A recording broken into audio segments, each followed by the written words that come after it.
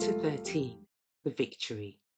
This chapter is based on Matthew chapter 4, verses 5 to 11, Mark chapter 1, verses 12 and 13, and Luke chapter 4, verses 5 to 13.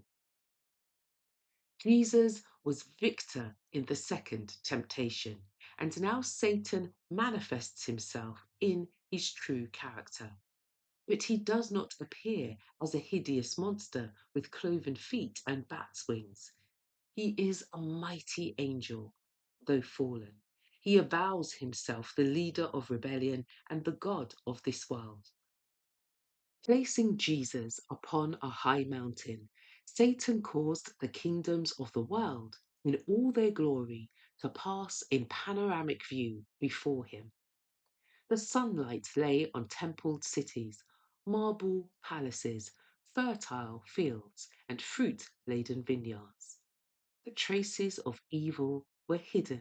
The eyes of Jesus, so lately greeted by gloom and desolation, now glazed upon a scene of unsurpassed loveliness and prosperity.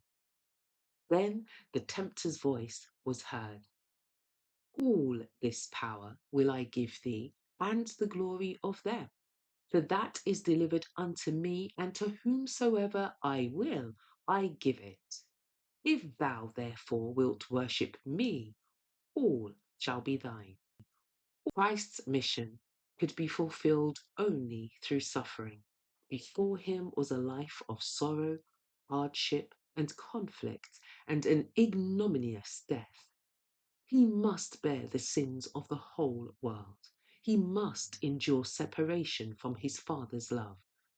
Now the tempter offered to yield up the power he had usurped. Christ might deliver himself from the dreadful future by acknowledging the supremacy of Satan, but to do this was to yield the victory in the great controversy. It was in seeking to exalt himself above the Son of God that Satan had sinned in heaven. Should he prevail now, it would be the triumph of rebellion.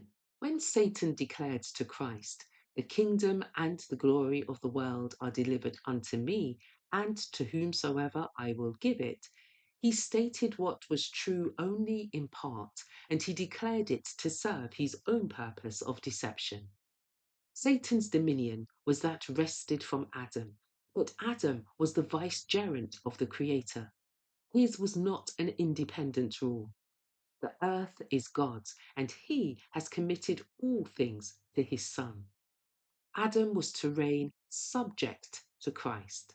When Adam betrayed his sovereignty into Satan's hands, Christ still remained the rightful king. Thus the Lord had said to King Nebuchadnezzar, "The Most High ruleth in the kingdom of men, and giveth it to whomsoever he will." Daniel chapter 4, verse 17. Satan can exercise his usurped authority only as God permits. When the tempter offered to Christ the kingdom and glory of the world, he was proposing that Christ should yield up the real kingship of the world and hold dominion subject to Satan. This was the same dominion upon which the hopes of the Jews were set. They desired the kingdom of this world. If Christ had consented to offer them such a kingdom, they would gladly have received him. But the curse of sin with all its woe rested upon it.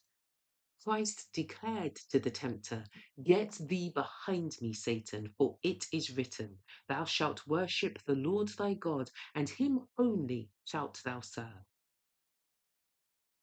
By the one who had revolted in heaven, the kingdoms of this world were offered Christ, to buy his homage to the principles of evil.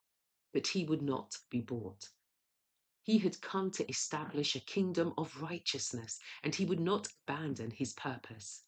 With the same temptation, Satan approaches men, and here he has better success than with Christ. To men he offers the kingdom of this world on condition that they will acknowledge his supremacy. He requires that they sacrifice integrity, disregard conscience, indulge selfishness. Christ bids them seek first the kingdom of God and his righteousness. But Satan walks by their side and says, whatever may be true in regards to life eternal, in order to make a success in this world, you must serve me.